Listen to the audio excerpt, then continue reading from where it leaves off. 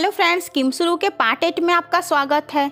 इधर डिक्सन की याददाश्त वापस आ जाती है और उसे याद आ जाता है कि वो सालों पहले किम सुरु और उसकी माँ को मारने के लिए यहाँ आया था और उसके बाद वो काफी कंफ्यूज्ड हो जाता है। आगे वो रात में क्योंबी को मारने के लिए जाता है, लेकिन किम सुरु उसे क्योंबी को मारने से रोकता है और वो ये सब देखकर कंफ्यूज्ड होता है। तो डिक्सन क्योंबी से पूछता है कि तुमने मुझे पहले क्यों नहीं मारा जब तुम मुझे पहचान गई थी। तो क्योंबी कहती है तुम सब कुछ भूल गए थे और मुझे लगा कि तुम्हें एक नई पहचान और नई जिंदगी मिली है और इसी वजह से मैं भी सब कुछ भूल गई। आगे क्योंबी एक बार फिर से डिक्सन से बात करती है और कहती है कि उसे सब कुछ भूलकर पहले की तरह उसके बेटे किम सुरु का साथ देना चाहिए। और आगे किम सुरु भी डिक्सन से पैचअप करने के लिए कहता है। तो डिक्सन आगे अपने राज्य वापस हान नेशन लौटता है, बट किम सुरु उसे वहां जाने से रोकता है और कहता है कि वो उसके पिता की तरह है और वो उसे अपना साथ देने के लिए कहता है। जिसके बाद डिक्सन भी इमोशनल होता है और वो अपनी पुरानी दुश्मनी भुलाकर किम सुरु के साथ हो जाता है। इधर आह्यो किम सुरु से मिलने आती है तो उससे इंडियन प्रिंसेस हवांग ओके मिलती है। वो कहती है कि तुम अपने राज्य के लिए किम सुरु को छोड़कर चली गई थी, अब तुम किम सुरु की लवर नहीं बल्कि उसकी दुश्मन हो। तो आह्यो ये सुनकर हर्ट होती है और कहती है कि क्या किम सुरु भी उसके बारे में ऐसा ही सोचता है। तो तभी वहाँ पर किम सुरु आता है और कहता है कि अब हम पहले जैसे नहीं रहे और अब हम एक नहीं हो सकते हैं, और उसके बाद वो वहाँ से चला जाता है। आह्यो दुखी होकर रोती है और उधर किम सुरु भी अपसेट होता है। आगे पुजारन आकर किम सुरु से मिलती है और कहती है कि भविष्यवाणी के हिसाब से उसे अगला राजा बनना है तो उसे इसलिए देरी नहीं करनी चाहिए, बट किम सुरु अभी भी राजा बनने के लिए तैयार नहीं रहता है। तो इंडियन प्रिंसेस हवांग ओके क्योंबी को ये सलाह देती है कि उसे अपने यहाँ की आयरन भट्टी और आर्मी को किम सुरु की आयरन भट्टी और आर्मी से मिला देना चाहिए। जिसके बाद क्योंबी सबके सामने इस बात को पेश करती है और सभी राजी भी हो जाते हैं, लेकिन जिन आसी और लोहार इल्सियो इस बात के लिए राजी नहीं होते हैं। जिन आसी बियोडुल, लोहार, इंसियो और अपने कुछ सैनिकों के साथ वापस बियोडुल के गांव चला जाता है और वहां पर अपना बसेरा बना लेता है। इधर इंडियन प्रिंसेस हवांग ओके चीफ योम को ट्रेड का सारा बिजनेस सौंप देती है इस शर्त के साथ कि वो सीग्युआन का साथ छोड़ देगा। वो किम सुरु से कहती है कि एजुकेशन के लिए वो नई जगह का निर्माण करना चाहती है, और किम सुरु जब पूछता है कि वो अकेले ये सब कैसे करेगी तो वो किम सुरु से कहती है कि क्यों, क्या तुमने सब कुछ अकेले किया है? जैसे तुमने सबके साथ मिलकर किया है वैसे ही मैं भी ये सारा काम सबके साथ मिलकर करूंगी। और व्यापारी सुंडो किम सुरु से कहते हैं कि हवांग ओके का एम्बिशन तुमसे भी ज्यादा बड़ा है, और किम सुरु मुस्कुराता है। तो उधर सारू नेशन में आह्यो के डैड किम सुरु के बारे में सब कुछ जानते हैं और ये भी कि उनकी बेटी आह्यो किम सुरु को पसंद करती है। तो वो किम सुरु को अपने साइड करने के लिए आह्यो के मैरिज का प्रपोजल किम सुरु को भेजवाते हैं। तो आह्यो एक प्रिंसेस के रूप में राजा के भेजे हुए दूत के साथ किम सुरु के पास जाती है और वो दूत किम सुरु को राजा का प्रपोजल बताता है। आह्यो काफी खुश रहती है, बट किम सुरु ये सब सुनकर काफी शॉक्ड हो जाता है। वो उस समय कुछ नहीं बोलता है। फिर आगे वो आह्यो से आकर मिलता है और उसके मैरिज प्रपोजल को रिजेक्ट कर देता है। वो कहता है कि मुझे पता है कि तुम एक राजकुमारी होने का फर्ज निभा रही थी जब तुमने सीग्युआन का साथ दिया और टाल्हे को सारू नेशन में एक्सेप्ट कर लिया, लेकिन मैं वो पल नहीं भूल सकता जब मैंने तुम्हें सीग्युआन के घर देखा था जहाँ मेरी माँ की मौत हुई थी, और उस समय मैं इतना हर्ट हो गया था कि मुझे ऐसा लगा था मैं मर जाऊंगा। वो कहता है कि हम एक दूसरे के लिए नहीं बने हैं और अब हम एक कभी नहीं हो सकते। आह्यो ये सब सुनकर दुखी हो जाती है और रोती है और किम सुरु वहाँ से चला आता है। इधर सीग्युआन टाल्हे के साथ पहुँचता है आह्यो के राज्य में और वो राजा से उनकी आर्मी मांगता है। तो राजा उसे आर्मी देने में हिचकिचाते हैं। तो आह्यो अपने डैड से बात करती है और कहती है कि किम सुरु एक पावरफुल एम्पायर को बना देगा और किम सुरु की जड़ें काटना जरूरी है, और वो राजा को आर्मी देने के लिए कहती है। तो फ्रेंड्स, किम सुरु और जिनासी के बाद आह्यो के दीवानों की लिस्ट में एक नाम और जुड़ जाता है और वो रहता है टाल्हे, क्योंकि वो भी आह्यो को लाइक करने लगा रहता है। तो टाल्हे और सीग्युआन सारू नेशन की आर्मी के साथ आगे बढ़ते हैं और इस वजह से जिनासी पे खतरा बढ़ जाता है, क्योंकि वो जिस गांव में डेरा जमाए रहता है वो गोया नेशन के जाने वाले रास्ते पर ही पड़ता है।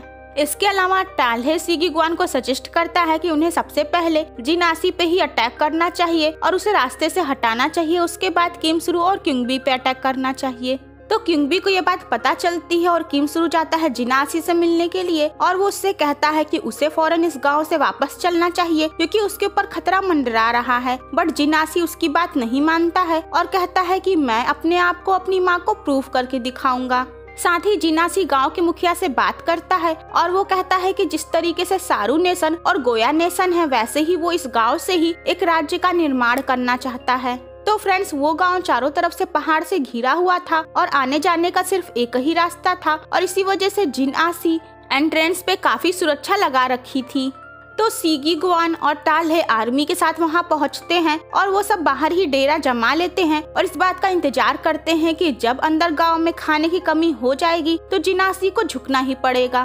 तो किम सुरु अपने कुछ आदमियों और सैनिकों के साथ खाने का सामान लेकर पहुंचता है जिनासी के पास। वो जिनासी से वापस लौटने के लिए कहता है, बट जिनासी नहीं मानता है। तो किम सुरु कहता है कि ठीक है, फिर मैं तुम्हारे पास ही रहूंगा, भले ही तुम्हारा सैनिक बनकर। इधर आहियो भी अपनी महिला सैनिकों को लेकर सीगी गुआन को ज्वाइन कर ली रहती है। वो उन दोनों के ऊपर ही गुस्सा होती है कि अभी तक उन्होंने अटैक क्यों नहीं किया और चुपचाप क्यों बैठे हुए हैं। किम सुरु प्लान बनाता है और जानबूझकर कुछ गांव वालों को सीगी गुआन के पास भेजता है और वो सब जब उन गांव वालों से इंक्वायरी करते हैं तो उन्हें पता चलता है कि गांव में अनाज का भंडार है और उन्हें खाने की कमी नहीं है।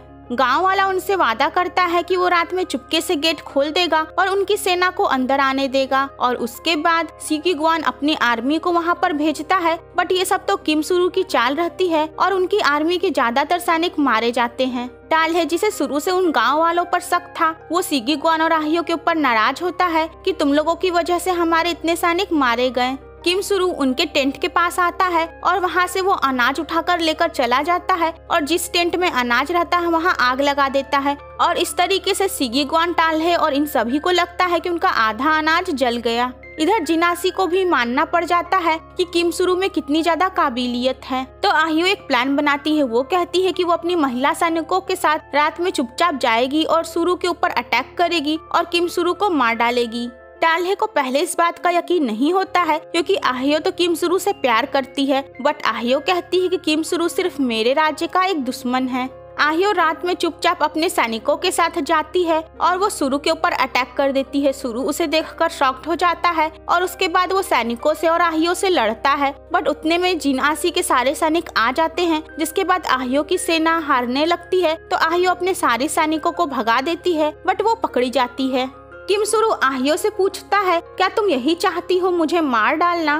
तो आहियो कहती है कि हाँ। किम सुरु और जिनासी आहियो को पकड़कर रख लेते हैं क्योंकि वो सारू राज्य की राजकुमारी थी। इधर सीगी गुआन को और टाल्हे को आहियो के साथी से ये बात पता चलती है तो सीगी गुआन गुस्सा होता है और कहता है कि आहियो जानबूझकर वहाँ पकड़ी गई है किम सुरु को बचाने के लिए। उधर राजा को भी जब ये बात पता चलती है तो वो भी आहियो के ऊपर गुस्सा होते हैं कि वो अपने प्यार को बचाने के लिए अपने राज्य को ही धोखा दे दी। बट आहियो की आंट और आहियो का साथी कहता है कि ऐसा नहीं है, आहियो ने अपनी पूरी कोशिश की थी और वो फाइटिंग के दौरान पकड़ी गई। जिनासी किम सुरु से कहता है कि हमें आहियो को जाने देना चाहिए, तो किम सुरु कहता है कि नहीं। जिनासी कहता है कि क्या तुम्हें सच में लगता है वो तुम्हें मारने आई थी? बट किम सुरु ऐसा दिखाता है कि उसे आहियो के वहाँ पकड़े जाने से कोई फर्क नहीं है। तो जिनासी कहता है कि तुम अपनी फीलिंग्स छुपा रहे हो। सारू नेशन के राजा धमकी भिजवाते हैं कि अगर उन्होंने आहियो को नहीं छोड़ा तो वो उस गाँव के साथ पूरे गोया नेशन को मिटा देंगे। भी अपनी सेना और व्यापारी सुंडो की सेना के साथ वहाँ से निकलती है और वहीं इंडियन प्रिंसेस वांगो के भी उसके साथ जाती है। किम सुरु आहियो को एंट्रेंस पे बांध के रखा रहता है, वो उसे जबरदस्ती पानी भी पिलाता है। तो किम सुरु को आहियो की हालत देखकर अच्छा नहीं लगता है, बट वो कुछ कर भी नहीं सकता है क्योंकि यहाँ पूरे राज्य का सवाल था। तो राजा की धमकी मिलने के बाद भी किम सुरु और जिनासी आहियो को नहीं छोड़ते हैं और वो गुस्सा होते हैं। इधर क्युंगबी को भी ये बात पता चलती है तो वो भी नाराज होती है कि राजा ऐसा कैसे कर सकता है। तो इंडियन प्रिंसेस कहती है कि सभी सिर्फ युद्ध के बारे में ही सोच रहे हैं, जबकि यहाँ पर बातचीत करके समझौता करना चाहिए। और उसके बाद इंडियन प्रिंसेस कहती है कि वो ये काम खुद करना चाहती है, वो दोनों तरफ से बात करेगी। तो फ्रेंड्स, इंडियन प्रिंसेस इस प्रॉब्लम का सलूशन कैसे निकालेगी और सीगी गुआन ऐसी कौन सी चाल चलेगा जिससे न केवल किम सुरु बल्कि पूरा राज्य खतरे में पड़ जाएगा। आई होप आपको ये वीडियो पसंद आया होगा। तो मिलते हैं नेक्स्ट वीडियो में, तब तक के लिए bye bye and take care.